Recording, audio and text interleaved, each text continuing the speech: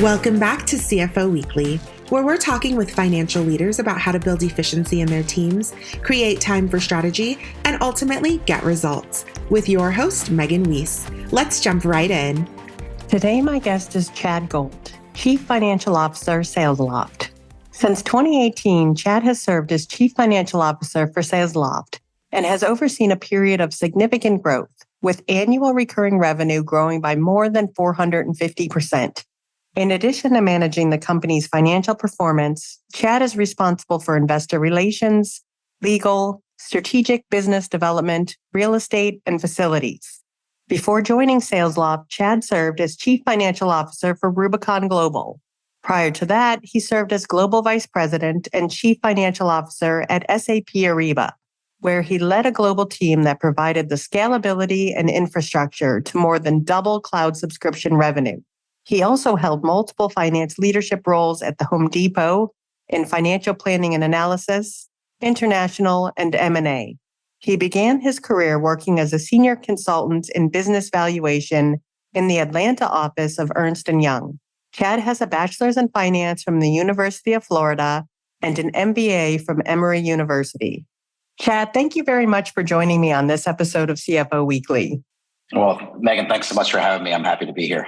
Yeah, today we'll be learning about your career journey and Salesloft and getting advice on how to manage fast-growing companies and prepare them for next steps. And I'm looking forward to this and learning from you. So let's get going.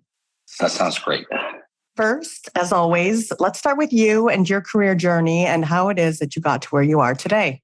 Yeah, sure. Well, I did my undergrad at the University of Florida, actually in finance. That doesn't mean I knew I was going to be a CFO from the beginning, but came out of college and my first job was doing corporate finance at Ernst & Young, EY today. And what was great about that was learn how to build models, got a really strong foundation in thinking about how to look at financials, but you don't get to go very deep into companies. And so I realized I wanted to get more operational. And so after about 2 years at EY, I left and went to the Home Depot and spent the next 8 years of my career in a myriad of different finance roles at Home Depot. I did a little bit of internal audit. I did mergers and acquisitions. I did financial planning and analysis. I was in an operational finance role, and really taught me how to translate financials into operating metrics that the business can understand. And after 8 years, had a great run, got to work with incredible leaders like Carol Tomei and Ted Decker, who's now the CEO of Home Depot. And, just realized that retail wasn't a passion for me. Retail can be very repetitive, very seasonal, and finance is already like that already. And was fortunate enough to have an old colleague from EY that recruited me over to Ariba and got me into the software space. And so for the last 9 years, I have worked in cloud technology, spent about 4.5 years at Ariba, which is a division of SAP, as the division CFO there. And then left there in 2017 for my first standalone CFO job as the CFO of a company called Rubicon Global at the time. It's now called Rubicon Technologies, which is a waste and recycling startup that at the time was headquartered in Atlanta. And what was great about that role was first venture-backed CFO job, was able to raise a significant amount of capital, really learn how to work with investors, and just really round out my skill set. And all of that really led me to then ultimately in 2018, joining Salesloft. And so literally, I think, Megan, a week from tomorrow is my 4-year anniversary at Salesloft. Wow. And I mean, it's been the greatest joy of my career, not just to be able to do it at an incredible company like Salesloft, but to be able to grow the company in the Atlanta business and technology community. Since I've been here, we've grown revenues about 500%. We've seen employee headcount up about 300%. And all of that has translated to about a 10x growth. So when I got here, Salesloft was valued a little bit north of $200 million. And last year, we did a majority recap transaction with Vista where the deal was valued at $2.3 billion. So we raised our enterprise value by about 10x. And you've been there since 2018. When was the company started? The company was originally started in 2011 by Kyle Porter, who's still our CEO and today. There was like kind of a version 1 of the product that came out. And then really in that 2014, 2015 timeline was when really the product that now is the foundation of Salesloft today, our platform, was built. But yeah, the company's been around for over 10 years. And let's talk about Salesloft. What is it that you guys do? Yeah, so most people are familiar with the modern CRM. So think of Salesforce, Microsoft Dynamics, HubSpot. Really, the CRM is just a database that people load data for people like me to look at. What Salesloft is an engagement platform. It's a layer that sits on top of the CRM, and sellers can use our platform to really do all of their digital selling tasks. So think, we can be their multi-channel communication system for their customers, their email, their phone. We can connect to their calendar. They can also use our system to interact with customers, to transcribe and record calls. And they can also use our system to forecast. And so if you think as a seller, whereas you didn't used to want to go in the CRM for your day-to-day job, you can do all of your tasks in Salesloft. And then we make you so much more efficient because we're designed for you to interact with customers and sell whatever it is you need to sell.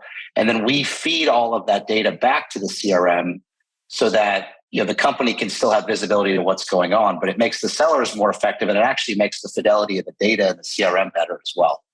And do you guys have like a perfect client? Are there clients that are better than others for you guys, or who's your target audience? I hate to give you the cop-out answer that basically anybody that sells anything and interacts with customers could be a target client. But really, if you look at our customer base, in the early days, it was very heavy technology companies. So some of our biggest customers are companies like IBM, like Google, but, LinkedIn is a big customer of ours. But over the years, we've seen digital selling and modern sales methods really roll out to companies in any industry. So 3M is a big customer of ours, Cargill, Comcast, Verizon. I mean, you think about business services, telecommunications, supply chain, healthcare, really any of those companies can find a use case for our technology. And especially as they digitize how they sell, they quickly realize that if you don't have sales engagement technology like Salesloft, you're really at a disadvantage because your sellers will be less productive. So I've heard over the last 2 years that digitization has been sped up by let's say a decade or more. How have the last 2 years been for you guys? Yeah, look, I think COVID has definitely accelerated a trend. And I think the 2 years happens to align with was really when everybody started working remotely. Mm-hmm. But what we saw was it was no longer, it used to be a conversation about inside sales versus field sales. And that, at the time, people viewed technology like ours around inside sales, but then it quickly became, you're either a digital seller or you're not. And people are working from everywhere. And so we've certainly seen that accelerate the trend for us over the last 2 years. And our growth rate accelerated through COVID, it didn't decelerate. And so what we saw was companies that didn't have sales engagement quickly realized that, they needed technology like this. And we saw buying cycles actually accelerate because they realized that they didn't do this, they wouldn't be making the right investments in their sales stack. And so it's been a positive, the trend of remote work, hybrid work, and then investments in digital technology have all been positive trends for our business for sure. And do you guys have competitors? And if so, what differentiates you from them? So it's interesting. I'd say the biggest difference between Salesloft and our competition is, we're the only one that's a true platform. So as I talked about digital selling, I think we bring together a modern workflow. Oftentimes we use the word cadence along with a conversation intelligence platform so that you can record and transcribe calls, and then a deals and forecasting solution all in one platform. So I highlight that to say we have competitors that compete in point components. So I'd say our closest workflow competitor is a company called Outreach out of Seattle. For our conversations product, there's a company called Gong. And then for our deals product, there's a few competitors there. A company called Clarion might come to mind. But there's nobody that competes with us head to head across the entire platform. And since joining Salesloft in 2018, you mentioned that you guys have seen significant growth. I see that recurring revenue has grown by more than 450%. So what do you attribute this growth to? Yeah, I mean, I think it's a combination of, number one, software companies are ultimately going to grow if there's product market fit. And so there's obviously an incredible need for what we're providing in the market. And then I think, look, we've been very fortunate to bring on incredible leaders who've helped us not just to grow and take advantage of that product market fit, but really we've grown into new segments. So as an example, 4 years ago when I got here, Salesloft's mix of business, if you think about size of companies, was probably 80% on the SMB side or the smaller side, and 20% in the enterprise. Think larger companies like I referenced before. And over the last 4 years, that 20% has gone north of 40%. So our enterprise business has been growing at a significant rate, which has helped our growth. And then we've also invested in growing internationally. So about 3 years ago, we opened a London office and launched Salesloft UK. And now the EMEA, the Europe region makes up roughly 15% of our revenue today. And then this year we launched in Asia Pacific. And I expect that by the end of this year, international revenue will probably be roughly 20% of our business, which was essentially nothing 4 years ago. And I'm just curious, how have you guys targeted those enterprises? I assume that the growth from 20 to 40% of your sales was due to some sort of effort. So how did you guys make that switch? Yeah, I think it's a few things. I mean, one is, there are different sellers that sell into bigger enterprises than, potentially into an SMB solution. So I think it was bringing on the talent that we needed to be able to sell into those larger customers. Also, just our maturity of our platform. We've made significant investments in the platform in terms of security and controls, things that modern enterprises are going to insist on having.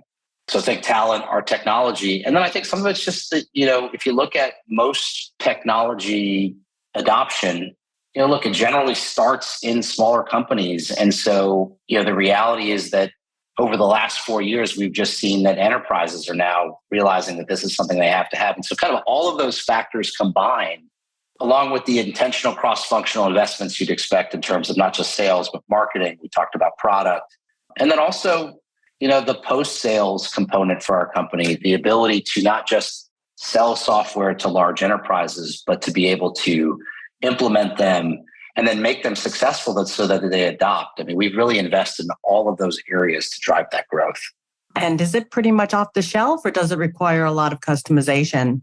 No, I mean, it's pretty much off the shelf. I mean, there's certain customizations that we can do as part of the implementation, but we are certainly not creating features for individual customers. I mean, it is one of those things where with some adjustments to your selling process along with our technology, you can get maximum ROI pretty easily off the shelf.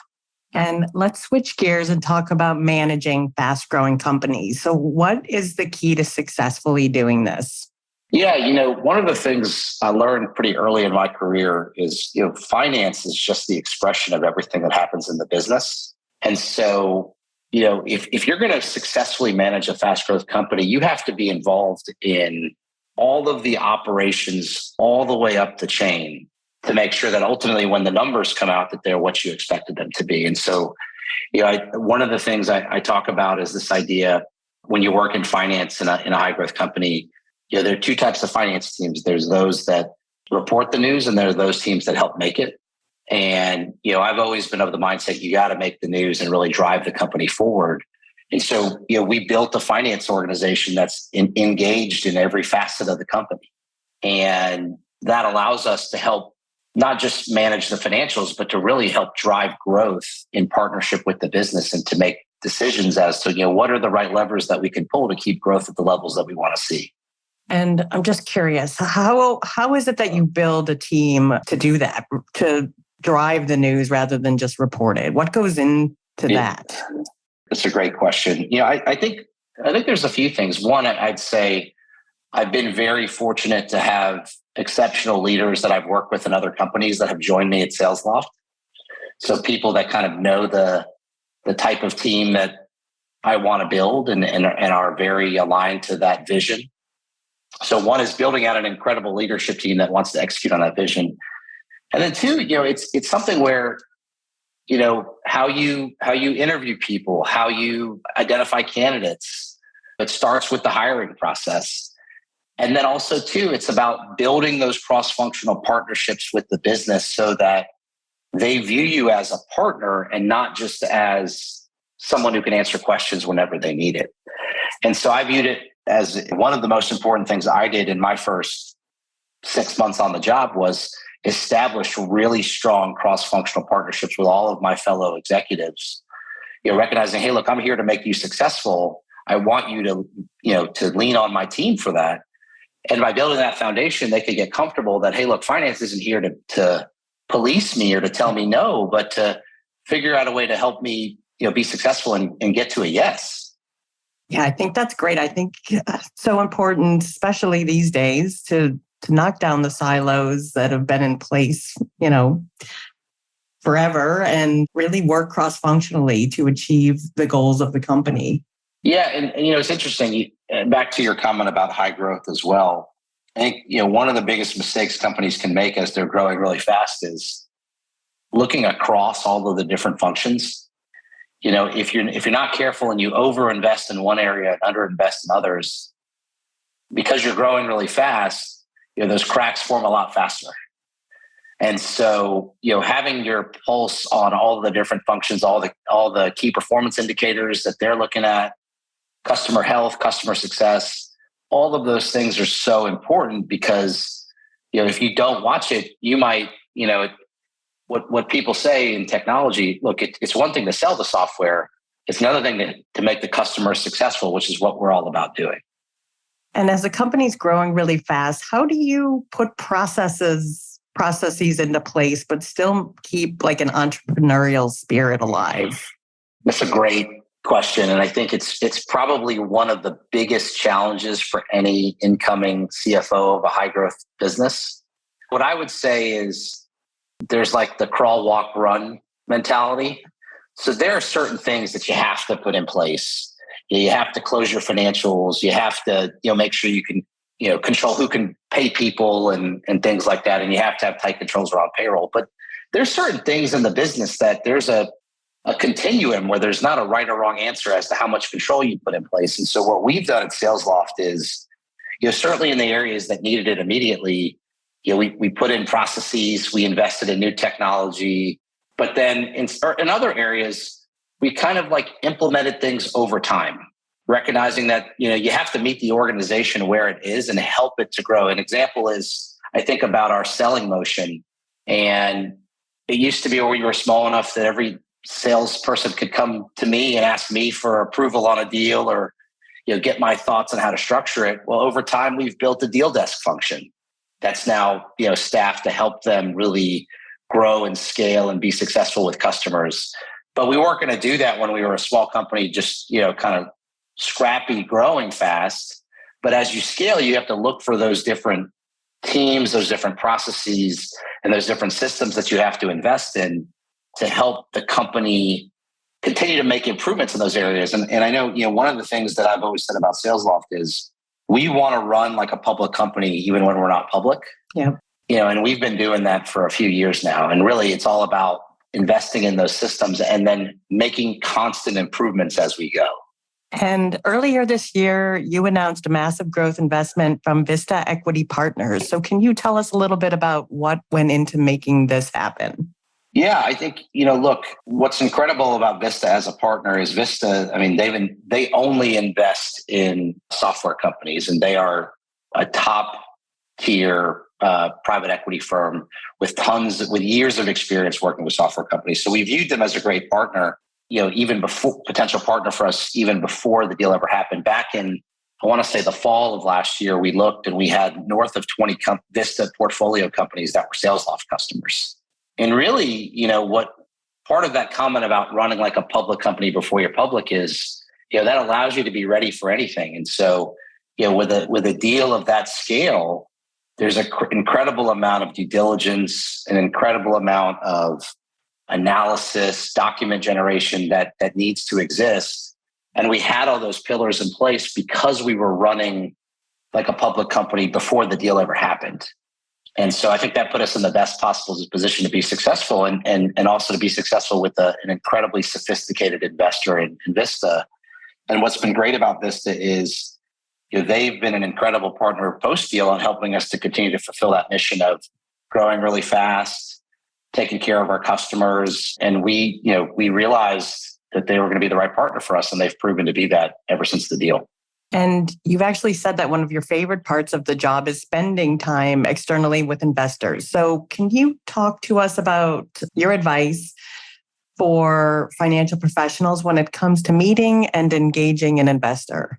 Yeah, look, I think that there's a couple pieces to it that I'd say, I guess I look as part of this, Megan, I went back and looked. I think I've raised probably about $300 million of venture capital long before we did the Vista deal. And some of the things that I found that have made me successful there is one is, there's this idea of lines, not dots. And what I mean by that is you should be establishing relationships with investors long before you ever actually are in the process of wanting to raise capital or you need something from them. And if you do that, if you establish that, and what I mean by lines is you meet with them periodically and you give them insights on what's going on with the company. Hey, I said I said the company would do this. We actually achieved that and more.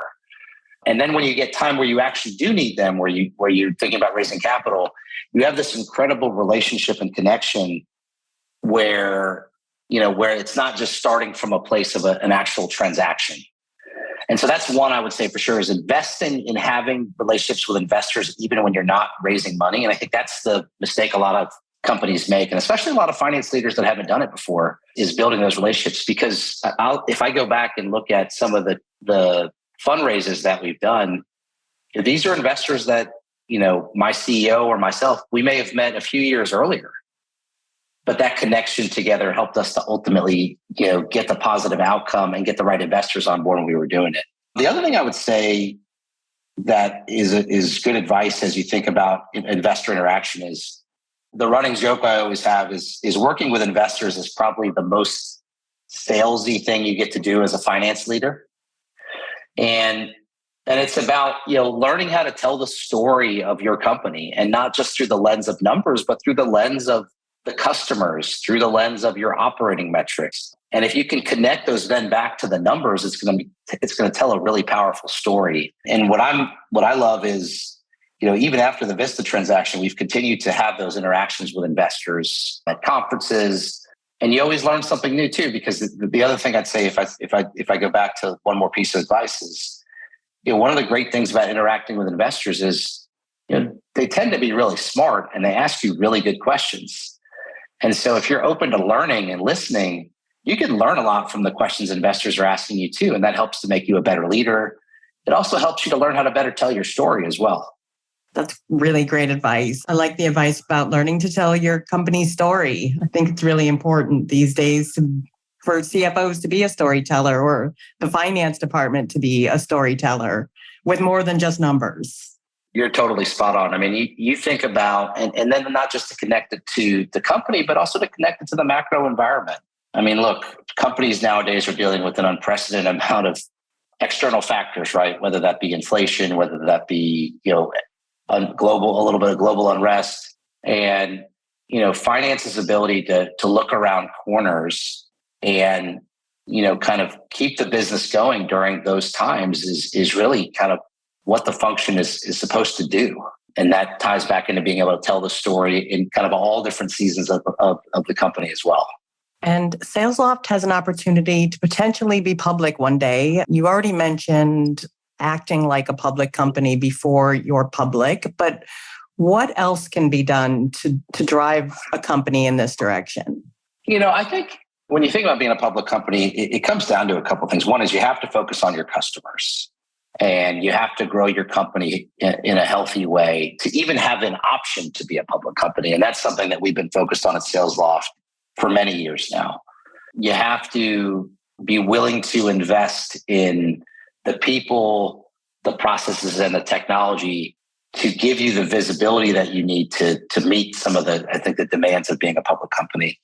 And then I think for Salesloft, the beauty of what we have is, look, I can't tell you today whether we're going to be a public company one day or not. I don't know the answer to that. What I do know is that my job and the job of my finance and corporate services organization is to make sure that the company's ready for that if it does become an option one day. And in the meantime, we're going to continue to be a partner in the business to drive growth, to drive customer success, to drive employee engagement, kind of all of the kind of foundational things that drive a healthy company that can be public one day. And you mentioned investing in technologies, but are there any specific technologies you're looking at or thinking about making investments in, let's say, the next 2 to 3 years? What's your focus there? Yeah, I'd say, for us as a company, it's been great, such an incredible partnership across the executive team. I think we've made a lot of the infrastructure investments that we needed. So like as an example, as a finance leader, the first thing you may often have to change is your accounting or what's called an ERP system. So early on in my days at Salesloft, we migrated from QuickBooks to NetSuite. NetSuite is a tool that allows us to scale to being $1 billion revenue company and north of that. At some point, you have to automate your commission. If you have a lot of sellers, you have to automate your commissions payments. A lot of companies do that in spreadsheets. And we put a tool in place a few years ago to automate that process. You have to have a tool in place to drive planning and scenario analysis. And there are a few different tools out there for that. We happen to use Adaptive Insights at Salesloft today, but there are incredible tools out there like Anaplan. I mentioned Adaptive. And so for us, we've put a lot of the systems in place. Really, it's just about optimization now. It's about what are the things that need to work better together, because a lot of companies have a tendency to implement a system and then you have to work with it for a little while to figure out how to make it, optimized and integrated the right way. And so we are investing heavily there to make sure that the flow of information, the flow of data is very clean and through all of our systems, which then gives us the ability to look at the business in a lot of different ways. And as you look at Salesloft and then specifically your team and function, but what are the biggest challenges facing you guys today, both the company and your department? Yeah, I think, from a company perspective, I think there just becomes an element of, as you scale a business, it's not easy. Salesloft's growing north of 50% today. It is entirely challenging to grow a company at 50% at scale. Where do you find the people? Consistently. Right, exactly. That's right. You got to find the people. And then, the thing is, you think about it, if you're doubling the company every 18 months to 2 years, you're essentially building a new company again, which means you might break many of the things that you just put in place. And so part of what we've spent a lot of time on, and it's back to a challenge for my own team, is let's think about the process not for Salesloft's we're about roughly 900 employees today. Let's not put in the process for 1,000 person company. Let's make sure we have a process in place that can support 10,000 people. Let's not just put in a process to support a couple $100 million in revenue. We got to support a few billion in revenue. And the idea there is you don't want to have to be redoing everything every 18 months because that gets to be incredibly taxing on the organization. So certainly looking around corners and thinking about ways to keep scaling the company is a big challenge for my team. I think another challenge for my team is, the macroeconomic, there are not a lot of people who have operated in a high inflation environment with some potential, instability across the globe. And thinking about the ways that could impact your business and having your pulse on the scenarios and the leading indicators. So not just the financial metrics at the end, but all the indicators that are upstream that you can see earlier to make sure that you put the business in the best possible position no matter what happens. I view that as a responsibility and a big challenge for my team. And then look, I think as any team scales, it's continuing to identify talent. Megan, you said, where do you find the people? But inevitably in finance and G&A type organizations, you are not going to grow your headcount as fast as the company grows. You just simply can't do it. And so you have to think, the ability to hire employees is a privilege. And so you have to be really intentional about getting the right people in the seat and then investing in them, growing their career, learning, having opportunities. Because if you make a good hire, I mean, a good employee can be worth 5 employees if you treat them the right way and grow them. But you got to get that right identifying talent on the front end for sure. Any tips on how to do that? Identify the right talents and then attract them. I think there's a couple things. I mean, I think one is, at a company level, you have to invest in employee health and engagement, especially as you think about in a remote environment. And so I think one of the things I've loved about Salesloft, our CEO has a saying, Salesloft is a place to do more, to be more, to become more. And, we invest in training programs, whether they're technical, like in finance, but then also, leadership across the company. So you got to invest in those type of programs to make it a place that people want to work. You have to have really strong core values. And I know people, not just the core values that sit on a wall, but the core values where your employees actually want to quote them and live by them. And then, look, I think, back to my comment about investors, I think this concept of lines, not dots, applies to recruiting as well. The longer you work, and I know I'll date myself, I've been in the workforce north of 20 years. There are people that I've interacted with across my entire career that I'm still in touch with today. And some of those people work with me still, but certainly other folks that are in other companies, we all look out for each other and help each other to identify talent. And so maintaining those relationships becomes really important. Yeah, that point definitely highlights the value of relationships. Yeah. And then, I think you'd asked me early on in this too. You got to have a really strong point of view about what you want how do you want your team to operate? You said to me, how do I find people that want to make the news, not just report it? And I think you tailor your interview process and example questions and things to put people in situations that they might encounter working in your team. And those situational questions then kind of give you a lens into how are they going to act in a certain situation. And I think that helps as well.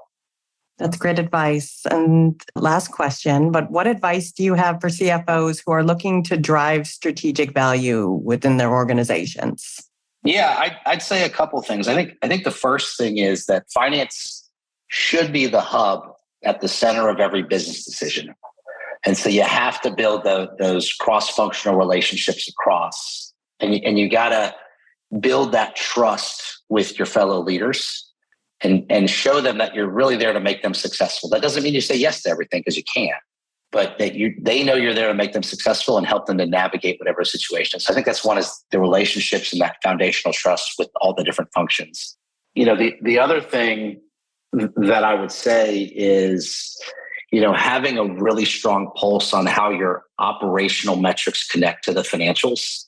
One of the examples and one of the first things I did at Salesloft was, we built a multi-year model that connected kind of the day-to-day operating metrics of the company with ultimately the financials, so the income statement, the balance sheet, and cash flows, so that I could have a conversation with our chief revenue officer, our chief marketing officer about a metric that's important to them, that I knew I could have a connection back to what does that mean in terms of the financials of the business.